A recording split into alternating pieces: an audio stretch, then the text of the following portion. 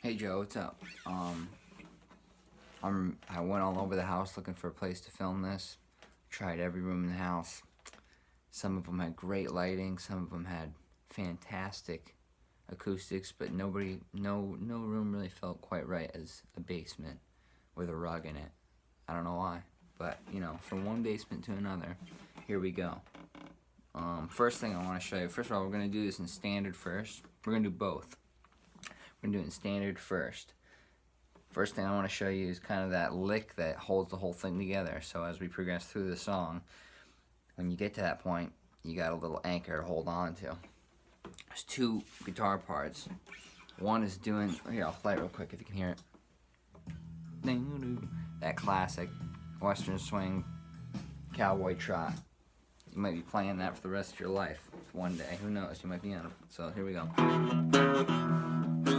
One guy's playing this, and the bass player.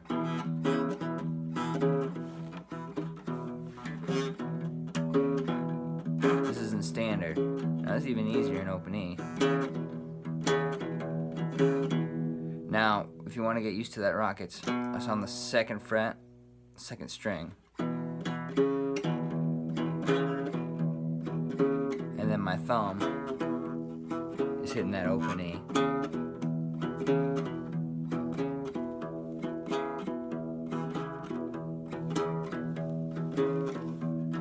Now, if you want to, you can play the second part. So,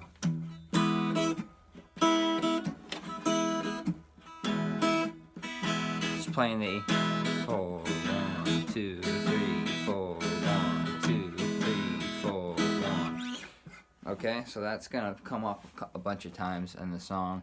You know, that's that trotting the horse down the road. That's gonna come through, you know, throughout the story here.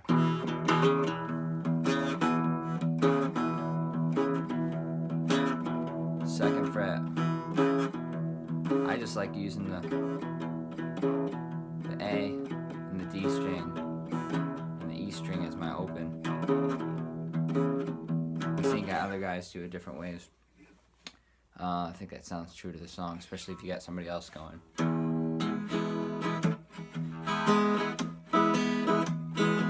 That too. You should get good at both of them. So anyway, they do that for about 4 bars, and then they get into the song. First chord is an A chord. And you can see on the chart, this is a great one to learn because it's just really straightforward rhythm.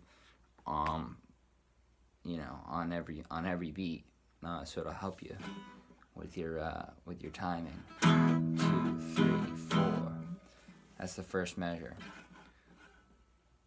Well, I'm riding 2, 3, 4. 2nd chord is on the 4th fret. Sorry, it's G sharp 13. So it's this triad with that G sharp in the bass. Riding 4, 1, 2, 3, 4. Same configuration, just move it up a half step to A13. Same old. Now this is a quick change here with the passing chord. I left it in there. You could just play E, but riding. Let's try it from the top. I'm riding 2, 3, 4, 1, 2, 3, 4, 1, 2, 3, 4, E, G, G, F sharp, minor. So that's what it sounds like. E, 3, 4, 1, 2, 3, 4. Right here I'm using my thumb to put the root in. G sharp. Then on the D string, I'm on the 4th fret. On the G string, I'm on the 5th fret. On the B string, I'm on the 6th fret. That's your G sharp 13, or A flat 13. That same shape, you move it up for a whole bar. 1, 2, 3, 4. Back to the E real quick. 1, 2, 3, 4. That's the G minor. This is how I play the G sharp. I'm sorry, the G minor.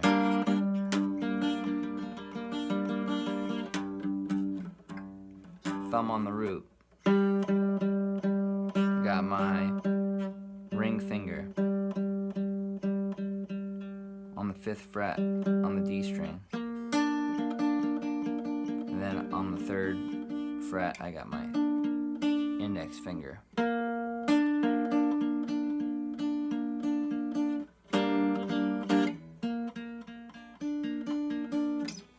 So that first 4 bars. Riding along, singing the same old cowboy song. And you move that same shape down. Half step for the F sharp minor. 2 bars. 2, 3, 4, 1, 2, 3, 4, E. Then you have 2 bars of that E trotting sound. That's why it's fun to get that. Alright, line number 3 here. 1, 2, 3, 4, 1, 2, 3, 4, 1, 2, 3, 4, 1, 2, 3, 4, 1, 2. Now here I put, again, it's a little detail, but I thought you wanted to have it in there. You can throw a 9 in there with your pinky, okay? So you can put your pinky on the E string on the 4th fret. So you can go 1, 2, 3, 4 before you go to the B7. And then that B7. Middle finger. 2nd fret. Index finger, 1st fret, D string, ring finger, 2nd fret, G string, pinky, B string, 2nd fret. Do that for 1 bar, and then go back to your trot. Or just play the E for now if you want. But you should be able to do both. Then we get to the chorus. Well, let's go through the verse one more time. Do it one more time with the...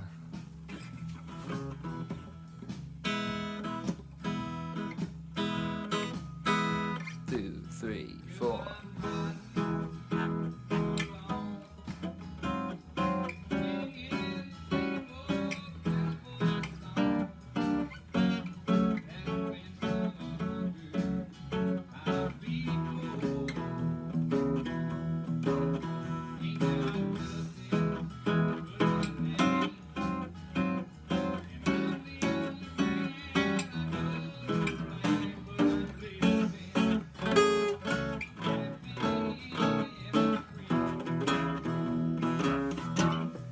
Alright, here comes the chorus now. He goes to the 5th fret and goes to F.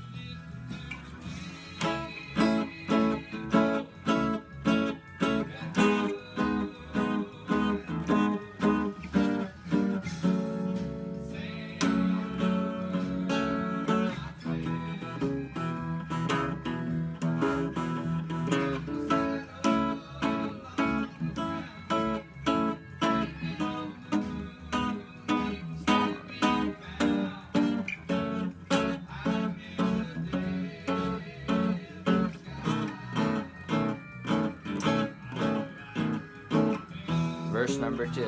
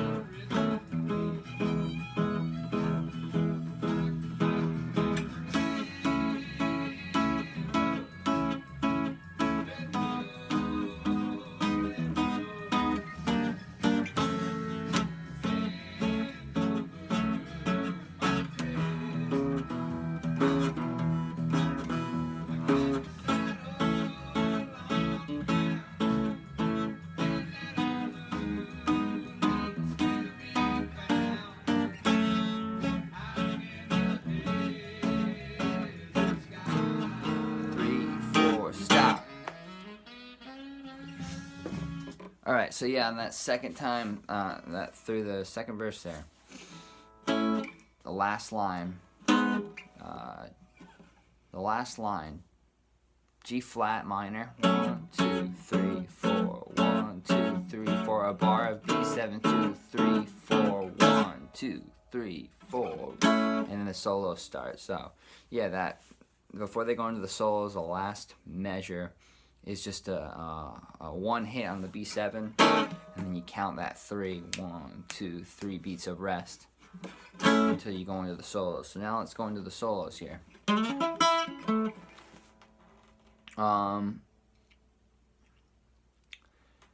The solos our section is really similar to the chorus.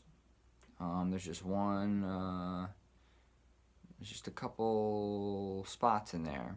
The stop, which we just went over, that happens throughout the solo section, after everybody's solo, and after the melody. And then there's also, I'll just show it to you right now, so when we get to it, you know it. The G sharp diminished chord is in there on the second line. Okay, that's eight measures in.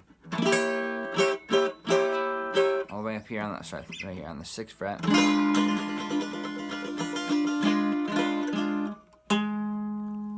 Index finger, D string, 6th fret. I got my ring finger, 7th fret on the G string.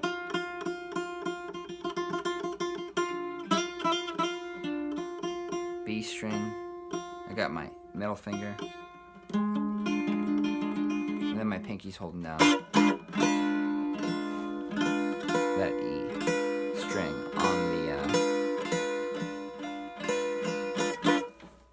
on the 7th fret. So this is what it looks like. This is what it sounds like. Start with those 2 bars of A. 1, 2, 3, 4. 1, 2, 3, 4. G sharp minor. 1, 2. This is all familiar territory. 1, 2, 3, 4. 1, 2, 3, 4. 1, 3, 4. So that's set. Let's go over that second bar again. I'll just do it from the top of the solo section. 1, 2. So A, 2, 3, 4. A, 2, 3, 4. G sharp, 2, 3, 4. G sharp, G, G flat, 2, 3, 4. G flat, 2, 3, 4. E, 2, 3, 4. E. There's that rest. So that one measure there is E. A hit of E. Take a little hit of E. And then you have that one beat rest. And you strum that G sharp diminished chord, let it ring out for 2 beats, and then you go back to your A. So again, it sounds like this. I'll do it real slow. 1, 2, 3, 4.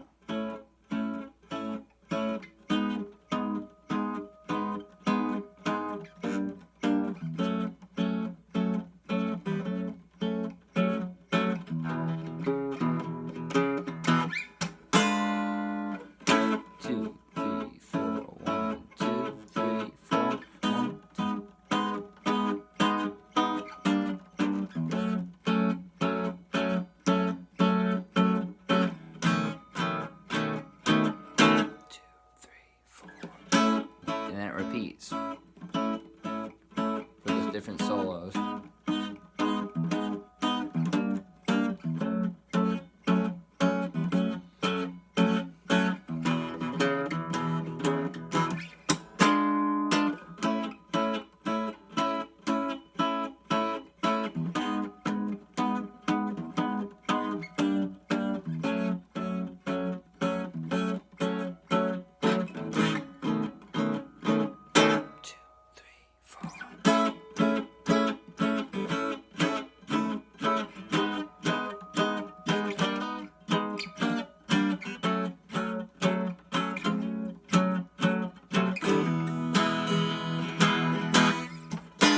2, 3, 4.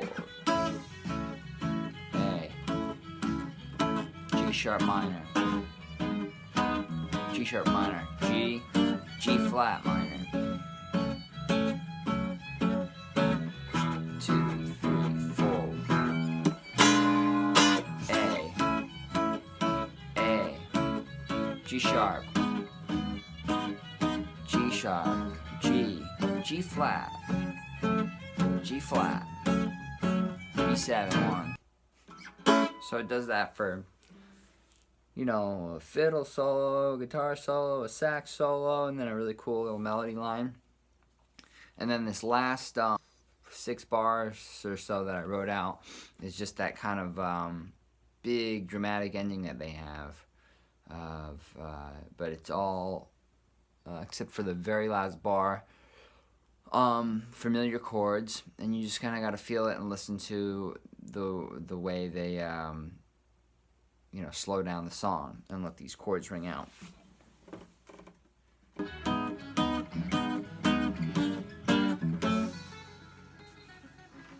Alright, they let the G flat ring out. You can go up to your G sharp. Let the sax do its thing.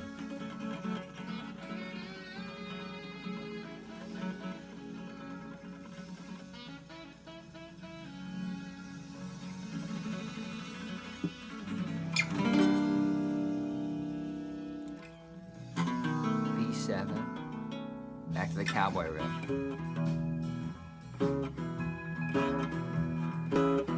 Then they stop and they go back to that G flat.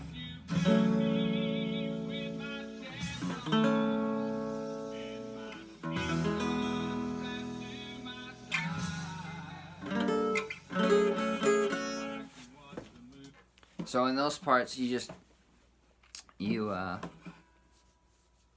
can just line your strums up with the first word of each phrase. So the G flat starts, I bury me with my chaps on, and your feet are by my side. And he uses that 9 in there.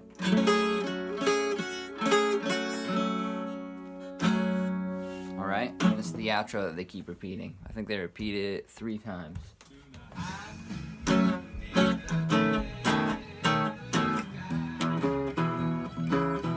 So all it is the G flat minor, B7, 1, 2, 3, 4, E. One more time. 2, 3, 4. 2, 3, 4.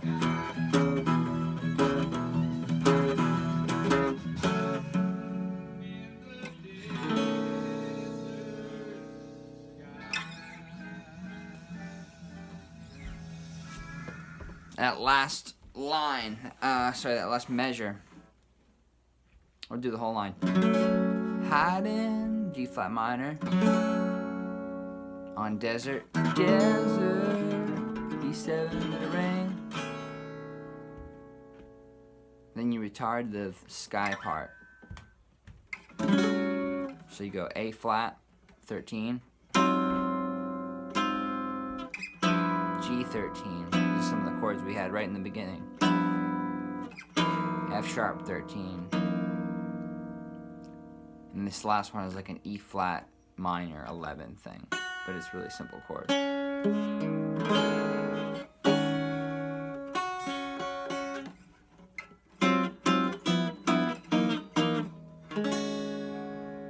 And this chord is just, I play it with my middle finger on the 2nd fret, holding down the E and the B string.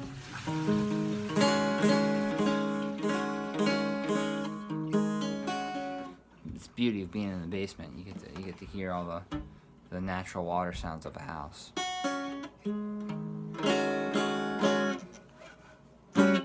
So again, with that ending part, A flat, chromatic down.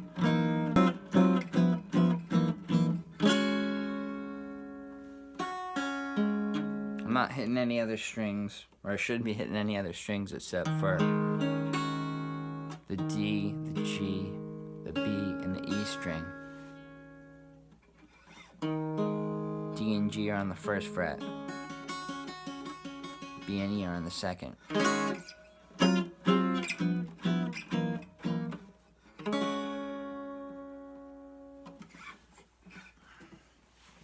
So, I hope that helps a little bit.